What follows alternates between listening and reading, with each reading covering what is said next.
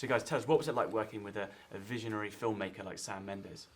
It was a privilege. It was absolutely wonderful. Like Sam is amazing, and he's led us through this kind of epic experience. And he's masterful. You know, his understanding of storytelling and how and when you give information to kind of create a reaction, be it as actors or be it in the final piece of the film, is unlike anything I've ever seen before. Genius.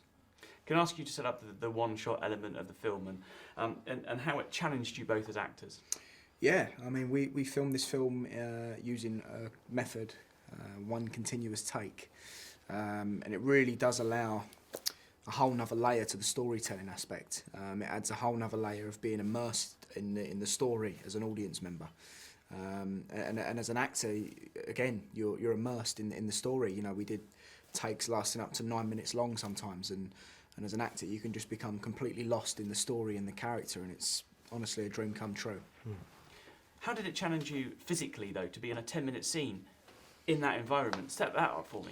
It was tough because obviously, like, it's not just a 10-minute take. We did that 10-minute take again and again and again, and before we even got to filming that 10-minute take, we rehearsed that 10-minute take again and again and again.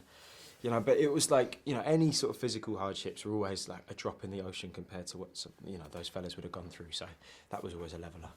I saw this film in a Dolby Theatre, and I was absolutely exhausted, as we said. Set up this experience that you're about to put audiences on, because it's a cinematic experience that we've never seen before. Yeah, when you see this film, you're not just watching a film. You're living the film with the characters. It's a real cinematic experience, and I sort of hope people go and see. You know, make an effort to see it in the cinema, because it wouldn't be the same watching it on a TV screen in your home or anything. It's, you know, the one continuous take really allows you to be living with the characters every step of the way and be on the edge of your seat. George, you set out how this film is a race against time, and this element of time runs right through the heart of this film, doesn't it? Yeah, you just can't stop the story. I mean, time is essential to the story. The film, like, is a slice of life. It starts on the move and it ends on the move, and you are kind of pulled, sometimes dragged, sometimes pushed through this film, and it's a real roller coaster.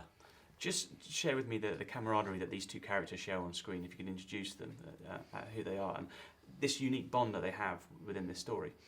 Yeah, well, I play the character of Lance Corporal Blake, who is a much younger soldier compared to Schofield. He hasn't been there very long, and he hasn't seen the realities of war as though Schofield has. But he's a good soldier. He's good with maps and navigation, and they both get sent on a seemingly impossible mission to deliver a message. Yeah, as Dean says, I play Lance Corporal Schofield, who has been there a wee while longer. He's a little bit older, but he deals with things differently. I think that's where they differ, and where also they learn to kind of come together. Is that I think Schofield's kind of fears that if he lets go of holding on to himself, then he's going to unravel completely, and he won't be able to be in the place that he is. So his way of dealing with it is to kind of keep it all inside. And lastly, tell us about this prep you did, this boot camp that you went on to get ready for this movie, because physically it was so demanding on both of you. Yeah, we went through 6 months of rehearsals before actually starting to shoot, and in those 6 months, you know, we weren't only just working on the scenes, but we were also doing a boot camp.